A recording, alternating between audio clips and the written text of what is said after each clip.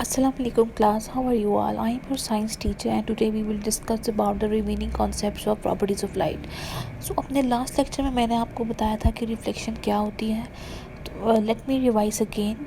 जब हम एक लाइट सोर्स से रेस हम एक किसी बॉडी तक आती हैं, for example it's glass light या मिरर, वहाँ तक आ रही हैं और एक बाउंस बैक हो जाती हैं रेज़ एक स्पेसिफिक डायरेक्शन में, तो दिस बाउंसिंग को हम कहते हैं रिफ्लेक्शन. ठीक है. अब रिफ्लेक्शन के कुछ लॉज हैं जो कि हम डिस्कस कर लेते हैं. सबसे पहले लॉ जो है वो हमें ये बताता है कि the angle of incidence is equal to the angle of reflection. It means कि अगर कभी भी हम एंगल ऑफ इंसिडेंस और एंगल ऑफ रिफ्लेक्शन को मेजर करेंगे तो हम लोगों के पास जो वैल्यू आएगी दोनों की बिल्कुल सेम आएगी. ठीक है.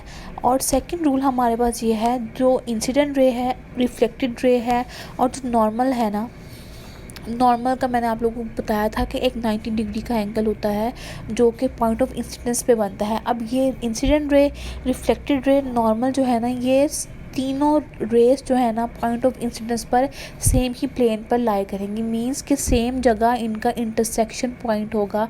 इंटरसेक्शन पॉइंट मींस कि ये एक ही जगह पर मिल रही होंगी तीनों. Is it clear? सो ये दो हैं लॉज ऑफ रिफ्लेक्शन. अब हम नेक्स्ट टॉपिक की तरफ चलते हैं, वो है टाइप्स ऑफ रिफ्लेक्टिंग सरफेसेस. अच्छा जी, अब रिफ्लेक्टिंग सरफेसेस कितने टाइप्स की होती हैं ये भी अक्सर क्वेश्चन होता है बच्चों का. तो कुछ अब जो रिफ्लेक्शन है ना वो वेरी करती है सरफेस टू सरफेस. तो सबसे पहले अब there are two types of surface. Number 1 smooth surface and number 2 rough surface. Smooth surface कैसी होगी कि जिसकी सरफेस बिल्कुल यूनिफॉर्म होगी, कोई बम्प्स नहीं होंगे उसमें, और उसमें क्या होगा कि जब पैरेलल रेस उसको हिट करेंगी स्मूथ सरफेस को, तो जो सारी जो होंगी रेस वो रिफ़्लेक्ट करेंगी सेम एंगल पर. ठीक है. यानी कि वो रिफ़्लेक्शन यहाँ पर होगी और सेम एंगल पर रिफ़्लेक्ट करेंगी. जो इंसिडेंट रेज़ हैं वो एक स्पेसिफिक वे से आ रही होंगी, एक स्पेसिफिक पाथ से, और जो रिफ्लेक्टेड रेज़ हैं जो रिफ़्लेक्ट करेंगी वो भी एक स्पेसिफिक डायरेक्शन में एक स्पेसिफिक पाथ की तरफ रिफ़्लेक्ट करेंगी. ठीक है. मतलब बहुत हैफेज़र्ड इनकी जो है रिफ़्लेक्शन नहीं होगी. अब हम बात करते हैं रफ़ सरफेस की. उसमें क्या होगा कि जो ये रफ़ सरफेस होगी इसमें बहुत ज़्यादा बम्प्स होंगे और अनइवन सी सरफेस होगी, स्मूथनेस नहीं होगी. तो इसमें क्या होगा कि जब लाइट रेस जो हैं इस सरफेस तक पहुंचेंगी तो वो रिफ़्लेक्ट होंगी डिफरेंट डायरेक्शंस में. यानी कि किसी मतलब डिफरेंट रेस की डायरेक्शंस होगी डिफरेंट, एक सेम डायरेक्शन में इनकी रिफ़्लेक्शन नहीं होगी. ठीक है. आगे यहाँ पर है पिक्टोरियल रिप्रेजेंटेशन इसकी. यहाँ पर है रेगुलर रिफ्लेक्शन, मींस कि यहाँ पर है जो स्मूथ सरफेस पर रिफ्लेक्शन हो रही है. इसमें क्या हो रहा है कि इंसिडेंट रेज जो हैं एक स्पेसिफिक पाथवे पर आ रही हैं एक स्पेसिफिक सीक्वेंस से, और रिफ्लेक्शन भी उनके एक स्पेसिफिक डायरेक्शन की तरफ हो रही है. ठीक है.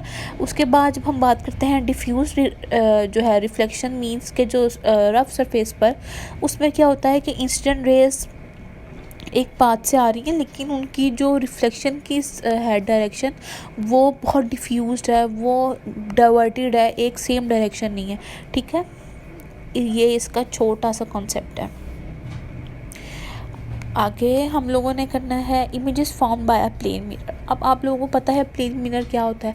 प्लेन मिरर वो होता है जो जिसमें हम अपने आप को देखते हैं. ठीक है.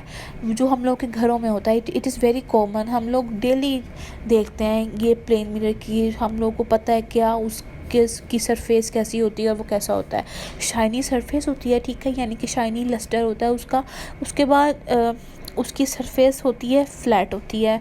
ठीक है. ना तो बहुत ज़्यादा कर्व्ड होती है ना तो बहुत ज़्यादा कोई जैसे ओवल शेप होता है, but it's flat in surface. ठीक है. उसके बाद हम क्या करते हैं, जब हम अब फॉर एग्ज़ाम्पल हम लोगों के पास डिफरेंट मिरर्स हैं. फॉर एग्ज़ाम्पल कनकेव मिरर है, कन्वेक्स मिरर है और प्लेन मिरर है. अब अगर किसी को नहीं पता, जिसने स्टडी नहीं किया हुआ कि ये कौन से मिरर्स हैं, तो अगर हम उसको ये कहें कि आप लोगों ने इसमें से प्लेन मिरर को आइडेंटिफाई करना है तो वो कैसे करेगा. अब उसके लिए हमें कुछ प्रॉपर्टीज़ को अपने माइंड में रखना पड़ेगा. फ़र्स्ट ऑफ़ ऑल हम देखेंगे कि उसकी सरफेस कैसी है. अगर उसकी सरफेस शाइनी है तो ये हम लोगों का पहला क्लू होगा. उसके बाद बात करते हैं कि इमेज जब हम देखेंगे तो उसके अंदर रिफ्लेक्शन होगी लाइट की. ठीक है. जो लाइट रेस आ रही होंगी उस मिरर में वो सारी रिफ्लेक्टेड होकर हम लोगों की आइज़ में जाएंगी, तो फिर हम अपना इमेज देखेंगे.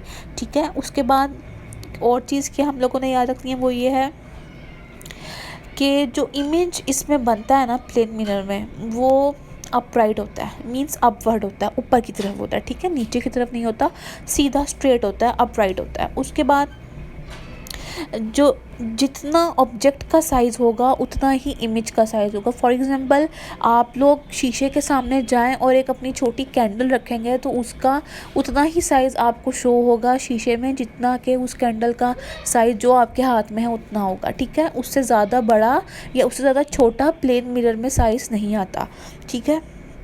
उसके बाद इमेज जो होगा वो लेटरली इन्वर्टेड होगा।